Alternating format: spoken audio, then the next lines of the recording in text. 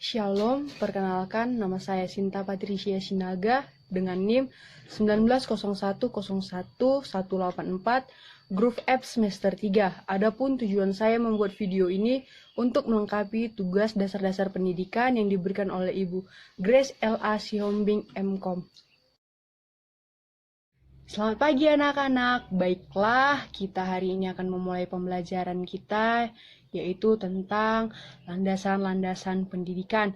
Ibu harap semua kita pada hari ini dalam keadaan sehat-sehat saja ya.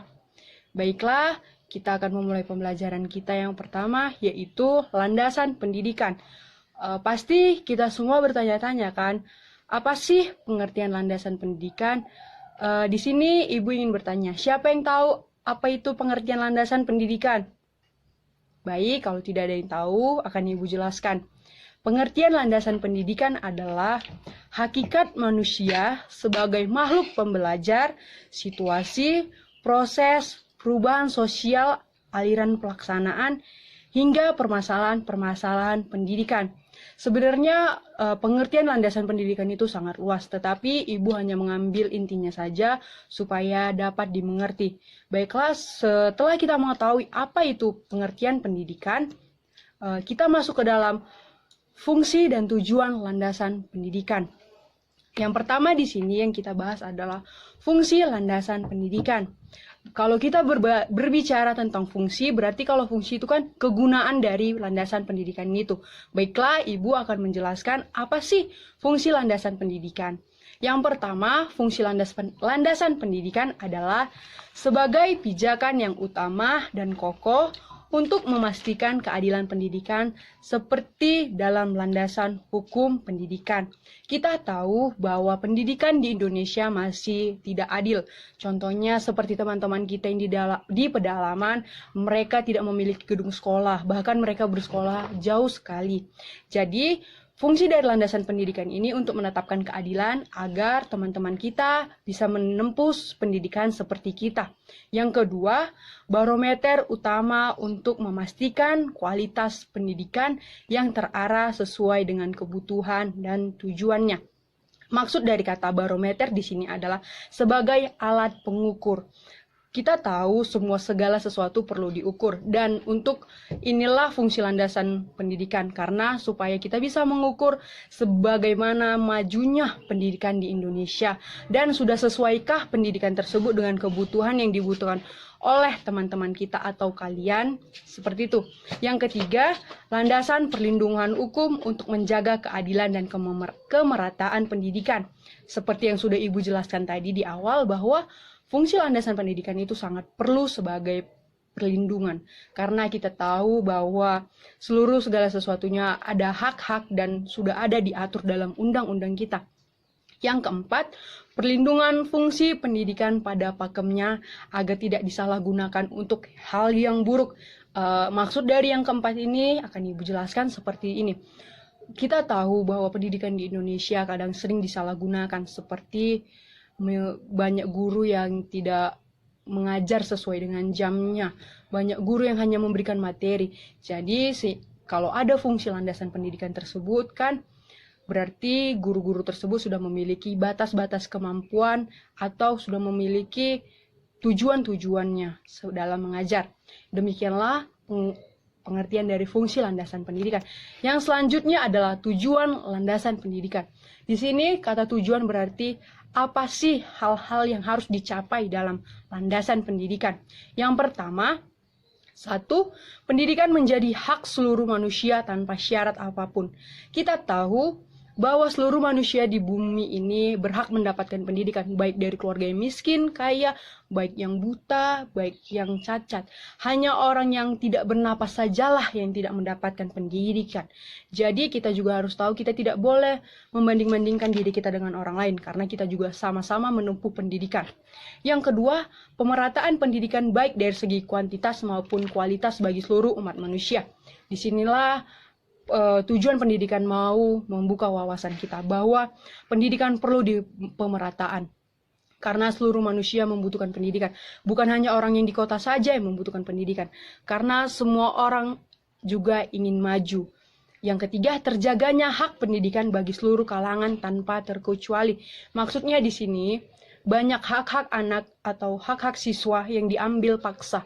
Contohnya seperti anak-anak yang ingin bersekolah tetapi orang tuanya tidak memberikan dia dukungan untuk sekolah. Sehingga tujuan dari landasan pendidikan ingin mencapai itu, bahwa seluruh anak-anak bisa bersekolah.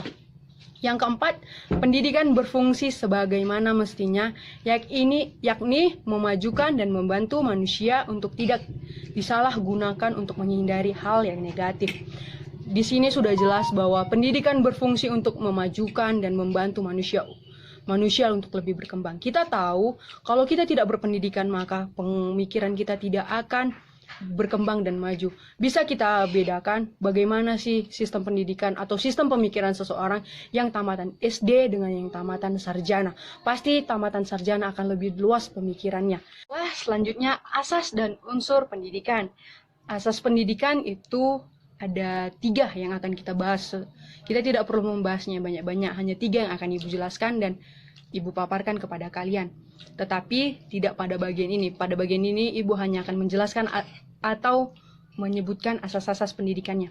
Asas pendidikan yang pertama adalah asas Tutwuri Handayani. Yang kedua, asas pendidikan sepanjang hayat. Yang ketiga, asas kemandirian dalam belajar. Selanjutnya, unsur-unsur pendidikan itu ada 7.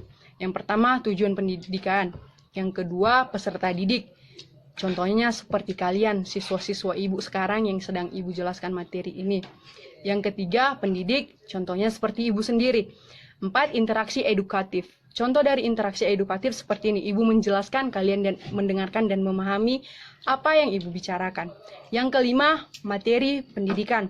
Contoh materi pendidikan, ya inilah apa pembahasan yang sekarang sedang Ibu bahas tentang landasan pendidikan, tujuan fungsi pendidikan. 6, alat dan metode pendidikan. Pada saat hari ini kita tidak menggunakan metodenya dan alat apapun. Yang ketujuh, lingkungan seperti lingkungan kelas kita ini. Selanjutnya kita masuk kepada landasan-landasan pendidikan di Indonesia. Dan landasan-landasan ini hanya akan Ibu sebut-sebutkan saja, tidak Ibu paparkan. Karena nanti konsentrasi kalian terlalu terpecah kalau Ibu banyak menjelaskan tentang hal-hal yang lainnya. Karena di sini kita tekankan hanya tentang asas-asas pendidikan saja. Yang pertama, landasan yuridis pendidikan. Yang kedua, landasan filosofis pendidikan. Yang ketiga, landasan religius pendidikan. Yang keempat, landasan ilmiah pendidikan. Baiklah, seperti yang sudah Ibu bilang di awal tadi, kita di sini akan membahas 3 asas, yaitu asas Tutwuri Handayani yang pertama. Ibu akan menjelaskan asas Tutwuri Handayani. Secara historis, Tutwuri Handayani lahir sebagai semboyan yang digunakan oleh Ki Hajar Dewantara dalam sistem pendidikan taman siswa. Makna Tutwuri Handayani, yang pertama kata Tutwuri itu artinya mengikuti perkembangan sang anak dengan penuh perhatian berdasarkan cinta kasih tanpa pamrih. Yang kedua, Handayani, mempengaruhi dalam arti merangsang, memupuk, membimbing, menggairahkan agar sang anak mengembangkan pribadi masing-masing melalui disiplin pribadi.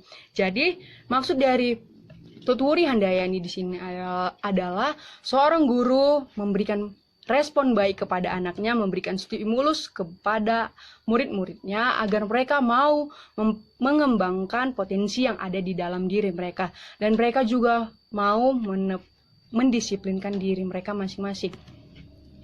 Asas Tutwuri Handayani sebagai asas pertama. Asas Tutwuri Handayani merupakan inti dari sistem Among dari Perguruan Nasional Taman Siswa.